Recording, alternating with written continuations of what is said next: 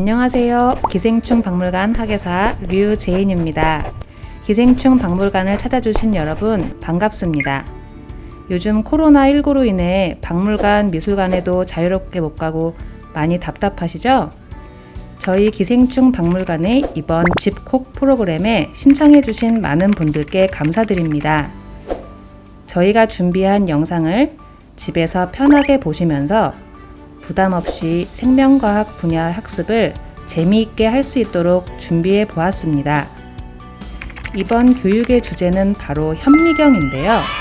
이 현미경은 기생충 연구에 가장 밀접하게 쓰이며 절대 없어서는 안 될 중요한 연구기기입니다. 이 현미경을 최초로 발명한 사람은 누구일까요?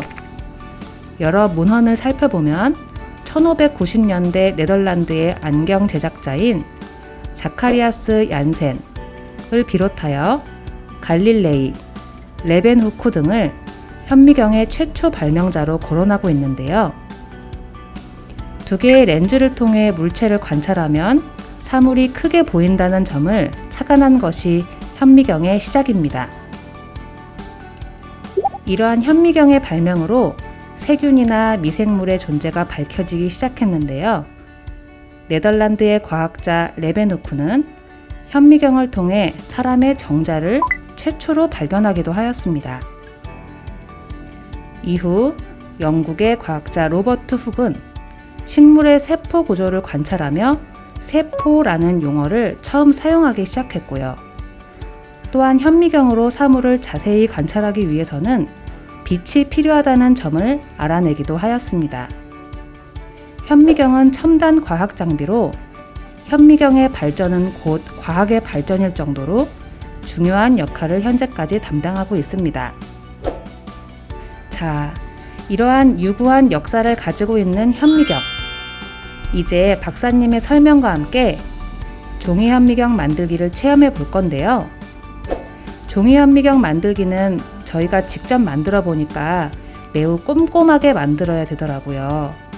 잘 모르는 부분이 있거나 영상 속도가 다소 빠르게 느껴진다면 영상을 다시 여러 차례 돌려보시면서 부모님, 형제, 자매, 친구들과 함께 도와가면서 완성해 보시면 좋을 것 같습니다. 슬기로운 집콕 기생충 생활 즐기실 준비가 되셨나요? 자, 그러면 기생충 박물관 3층에 위치한 국내 최고의 기생충 연구기관인 기생충병 연구소의 선임연구원 정봉광 박사님을 만나볼까요? 네, 안녕하세요. 저는 한국건강관리협회 기생충병 연구소와 기생충 박물관에서 일하고 있는 선임연구원 정봉광이라고 합니다.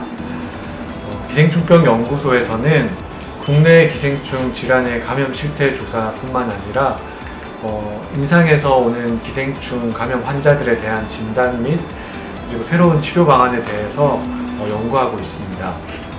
오늘은 그 기생충 연구원으로서 업무에 반드시 필요한 현미경에 대해서 한번 알아볼까 하는데요.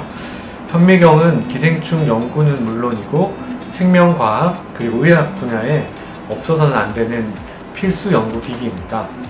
현미경의 종류는 확대상을 만드는 필요 신호를 얻는 방식에 따라서 광학 현미경과 전자 현미경, 그리고 음파, 그리고 주사 탐지 현미경 등과 같은 다양한 현미경들이 있는데요.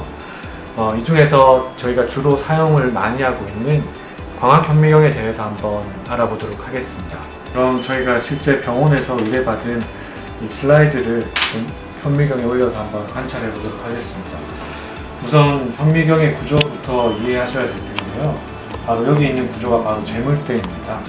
재물대에 슬라이드를 올리셔서 재물대 우측편에 있는 재물대 조절 나사를 이용해서 이렇게 슬라이드를 움직일 수가 있습니다.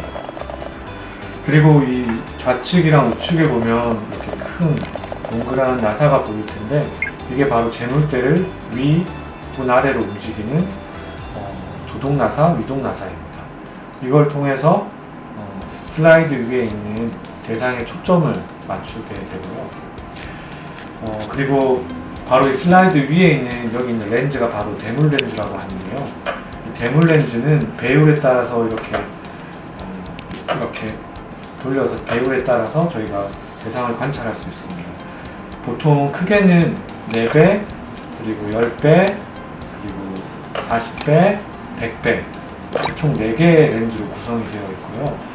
그리고 이 눈에 저희가 이제 대상을 관찰하는 눈과 가까이 있는 이 렌즈를 바로 접안 렌즈라고 하는데, 이 접안 렌즈에서 여기 이제 대물 렌즈를 통해서 이 상을 관찰하게 됩니다. 근데 이 슬라이드를 관찰하기 위해서는 이 아래에 광원이 필요한데요. 요즘에는 이제 LED 등을 이용한 광원을 이용하고 있습니다. 이 광원의 밝기도 이렇게 조절을 할 수 있고, 또 조리개나 직광개를 이용해서 이렇게 광원의 세기를 조절을 해서 가장 관찰하기 좋은 상태로 맞추는 게 아주 중요하다고 보실 수 있습니다.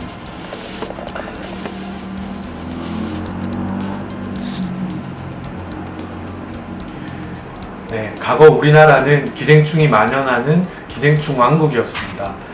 하지만 기생충 관리를 통해서 지금은 기생충이 거의 박멸이 되었는데요. 하지만 아직도 세계 여러 국가, 특히 아프리카와 동남아시아와 같은 나라에서는 기생충이 만연하고 있습니다. 그런데 이러한 개발도상 국가에서는 이러한 현미경과 전기 공급이 원활하지 않기 때문에 기생충을 검사하고 또 관리하기가 매우 어렵습니다. 그래서 많은 개발 연구자들이 어떻게 이러한 문제를 해결할까 고민을 하면서 만든 게 바로 이 종이 현미경입니다. 이 종이 현미경을 저희가 먼저 이렇게 완성을 시켜 봤는데요. 지금부터 여러분도 각 가정에서 그리고 학교에서 이렇게 종이 현미경을 한번 만들어서 관찰 대상을 자세히 한번 살펴보면 어떨까 싶습니다.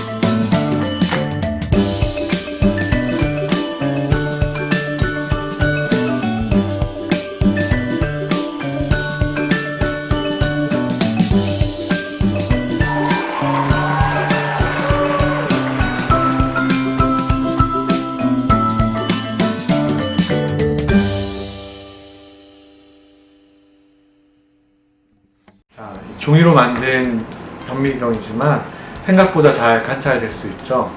이제 여러분 주변에 있는 흙, 머리카락, 그리고 뭐 천, 먼지 등도 이 종이 현미경에 넣어서 확대된 모습을 한번 관찰해 보시면 좋을 것 같아요.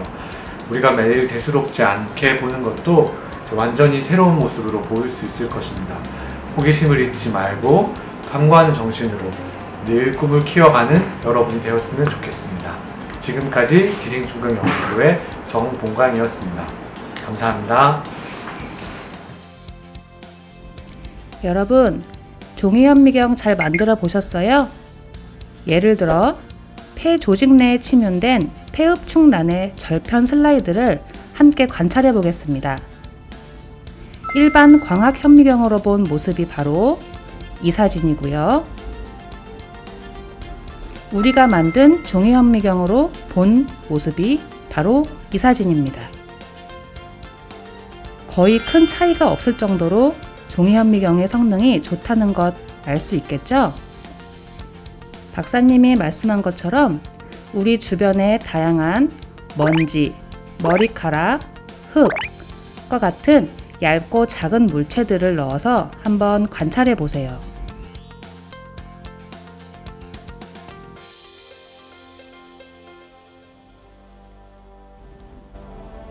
앞으로 저희 박물관에서는 다양한 온라인 프로그램을 준비할 테니까요. 기생충 박물관 홈페이지 www.parasite.or.kr을 통해서 항상 관심 있게 지켜봐 주시고 신청해 주세요. 그러면 다음에 또 만나요. 안녕.